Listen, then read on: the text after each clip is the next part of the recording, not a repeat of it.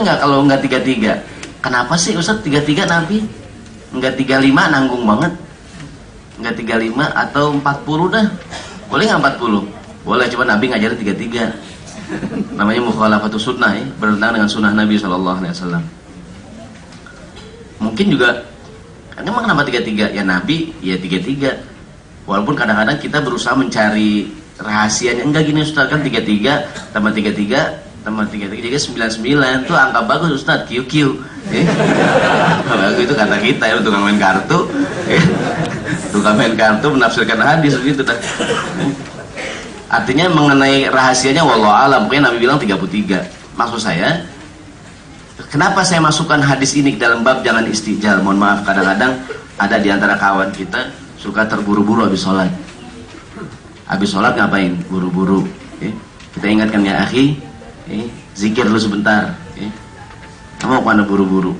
Mau ke kantin juga, yang jagain kantin lagi ngaji orangnya. Gitu ya, yang ngaji aja dulu sebentar ya. Atau mungkin zikir minimal mengucapkan Subhanallah, Alhamdulillah, Allah Akbar masing-masing 33 kali.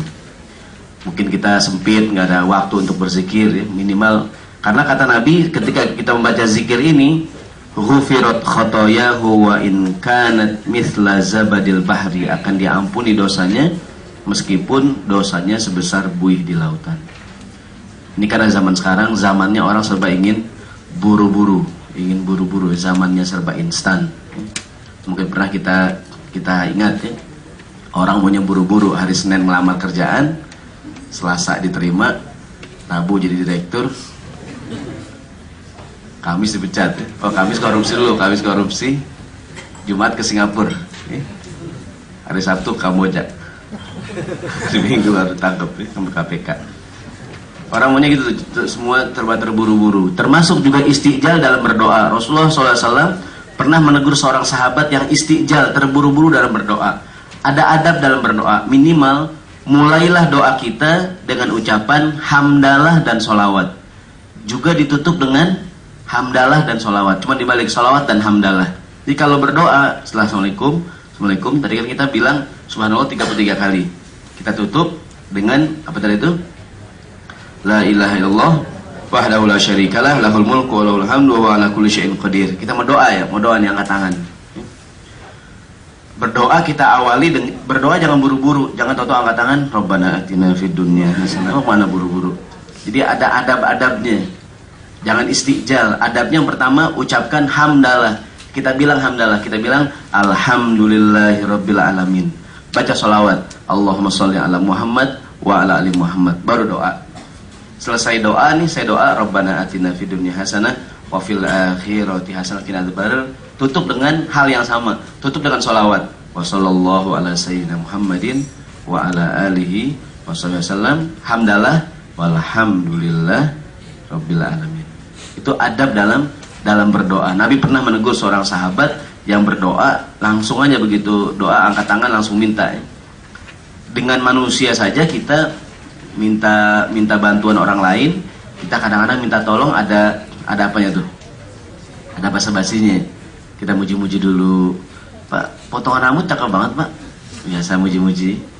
Bapak subhanallah loh, Pak, di kantor nih nggak ada yang kayak Bapak orangnya, Pak. Muji-muji dulu ya kan. Bapak pakai baju apa nih cakep dah, Pak. Muji-muji lagi. Kamu minjem berapa?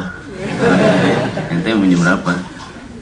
Jadi, dalam dunia manusia saja walillahil matsal ala, Allah lebih dari itu, bukan berarti Allah sama dengan manusia ya, memuji-muji. Bahkan disunahkan berdoa dengan memuji Allah dengan asmaul husna. Walillahil asmaul husna fad'uuhu biha.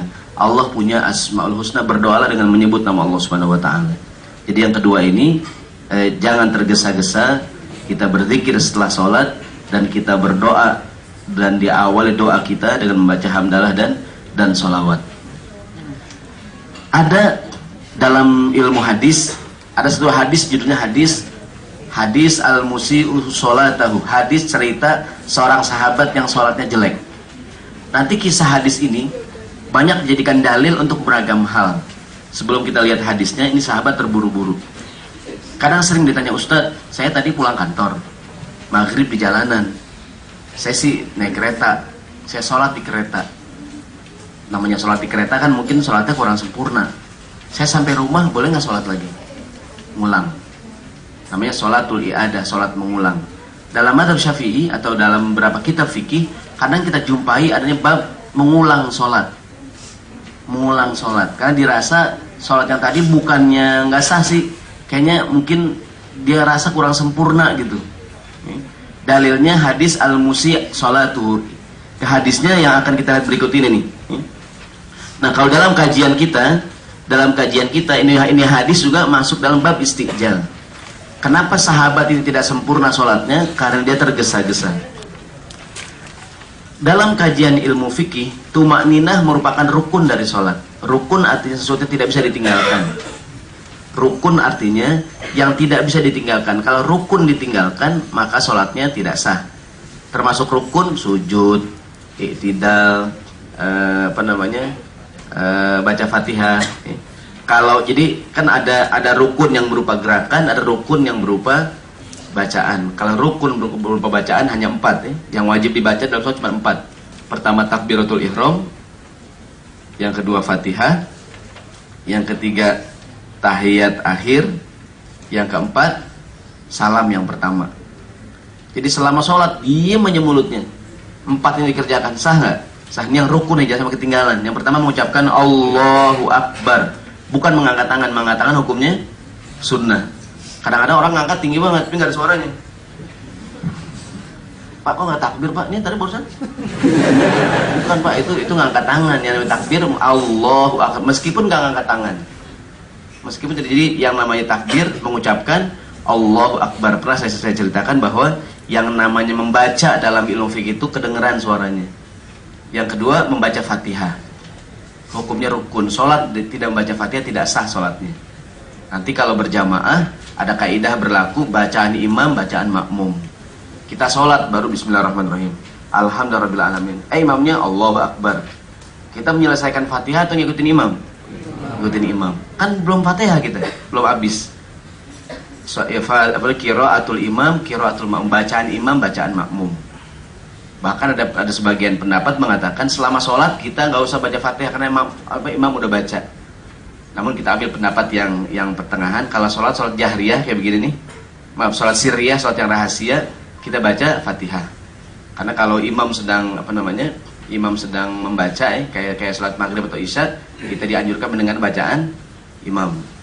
Jadi kalau kita baca Fatihah kayak besoknya Ramadan, kita kan sering balapan sama imam.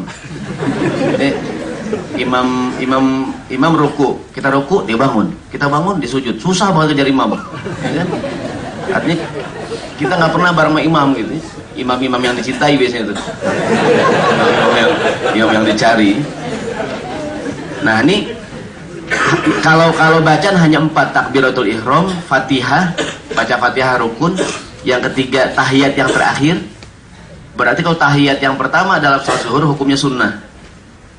Sunnah. Mungkin ada imam rakaat kedua dia nggak tahiyat, tuh imam diri, kita udah bilangin subhanallah, subhanallah, subhanallah imam, subhanallah, imam nggak dengar, imam diri. Kalau imam sudah diri, orang kalau sudah masuk rukun berikutnya, imam sudah harusnya kan tahiyat ya, imam diri, imam nggak boleh duduk lagi.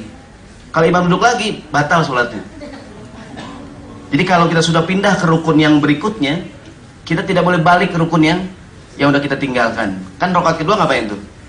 Tahiyat rakaat kedua. Dia kelupaan diri. Posisi diri kata makmum, subhanallah, subhanallah. Makmum juga kalau imam udah diri ikutin imam. Jangan makmum duduk. Imam, subhanallah, subhanallah. Ada makmum maksa. Karena kalau imam duduk lagi sholatnya batal. Dibalik rukun yang sebelumnya. Imam tahu nih dia salah nih. Dia tahu nggak rakaat kedua, ya kan? Imam udah dia diem aja karena meninggalkan tahiyat yang pertama hukumnya sunnah bukan wajib. Yang wajib tahiyat yang terakhir, gitu ya. Artinya kalau imam balik lagi ke kan gini, dia kan udah pindah dari rukun, ada rukun gerakan dia duduk itu kan rukun. Nah, yang saya ulangi, yang pertama takbiratul ihram, yang kedua Fatihah, yang ketiga apa tadi itu? Salam, tahiyat yang terakhir, takbir, Fatihah, dan tahiyat yang terakhir. Yang keempat adalah salam yang pertama. Kalau salam yang kedua hukumnya sunnah. Orang sholat nih, begitu salam yang pertama, assalamualaikum warahmatullahi wabarakatuh. Mohon maaf, dia buang angin. Sah nggak sholatnya? Sah. Dia mungkin sholat nahan-nahan gitu kan, nahan. Udah miring-miring, udah diri-diri, gitu kan? Udah diri-diri. Udah. Assalamualaikum. Pertama langsung buang angin. Sah nggak? Sah. Okay. Karena yang kedua hukumnya sunnah. Kedua hukumnya sunnah.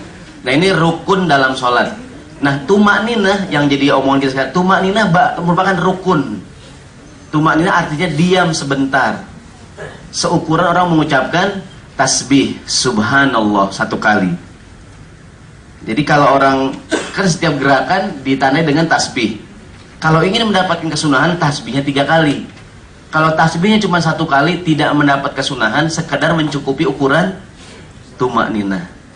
Kan kalau lagi sujud kan kita kan bertasbih subhana rabbiyal a'la. Kan 3 kali nih, sunnahnya 3 kali. Sekali saja boleh. Sekedar ukuran orang tumak ninah, sekedar mengucapkan tasbih subhanallah, dibangun lagi subhanallah, sujud lagi subhanallah. Karena ada yang belum sempat subhanallah, baru mau sujud, belum nempel di jidat, udah bangun, belum gitu ya. Dia orang tidak tumak ninah. Ini jadi diceritakan oleh sahabat Abu Hurairah radhiyallahu anhu. Ini kadang kerap terjadi di kita ya, karena dengan kesibukan kerja, keramaian di jalan raya kadang-kadang dan seterusnya. Kita kadang tidak sedikit yang kadang-kadang sholatnya di tengah jalan dan merasa kurang sempurna. Dari Abu Hurairah radhiyallahu anhu, anna Nabiyya sallallahu alaihi wasallam, Rasulullah sallallahu alaihi wasallam dakhala al-masjid. Satu hari Nabi masuk masjid. Nabi masuk masjid. Fadakhala rajulun fa shalla. Ada seorang sahabat yang masuk dan sholat. Ada sahabat lain masuk ke masjid dan sholat. Sholat sunnah, sholat tahiyat masjid. Summa jaa, kemudian dia selesai sholat tahiyat masjid, dia mendatangi Nabi SAW.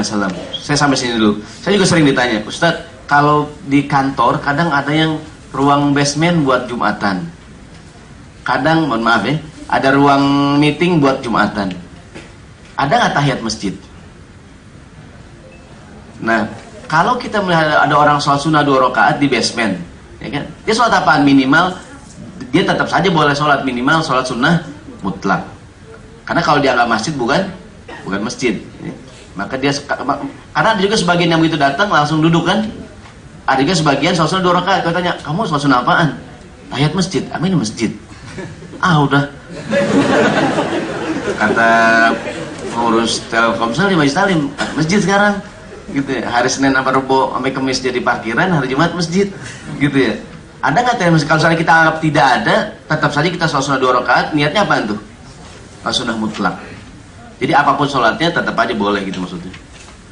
Nah ini orang masuk ke masjid, sholat sunnah 2 rakaat. Begitu dia datang, fasallama ala Rasulullah SAW. Dia ngucapin salam. Assalamualaikum ya Rasulullah. Farad dan Nabi menjawab, waalaikumsalam. Nabi berkata, irji fasolli. Kamu sholat lagi gih. Kamu sholat lagi gih. Ini orang balik lagi. Kata Nabi, fa innaka lam tusolli. Tadi kamu belum sholat. Ini orang sholat lagi. Selesai sholat, menemui Nabi, ngucapin salam. Nabi jawab, Nabi berkata lagi, sholat lagi kamu. Fa innaka lam tusolli. Tadi kamu belum sholat. Salasan. Terulang sampai 3 kali. Selesai yang ketiga, ini orang berkata, ya Rasulullah, walladzi ba'atsaka bil haq, demi yang mengutus engkau dengan benar, demi Allah, ma uhsinu ghairahu. Aku tidak bisa sholat yang lebih canggih dari yang tadi. Itu udah paling canggih dari Rasulullah. Ini kurangnya apaan? Fa'alimni, ajarkan aku. Qala, Nabi bersabda, idza qumta ila shalah fakabbir. Kalau kamu sholat takbir. Allahu akbar, takbir.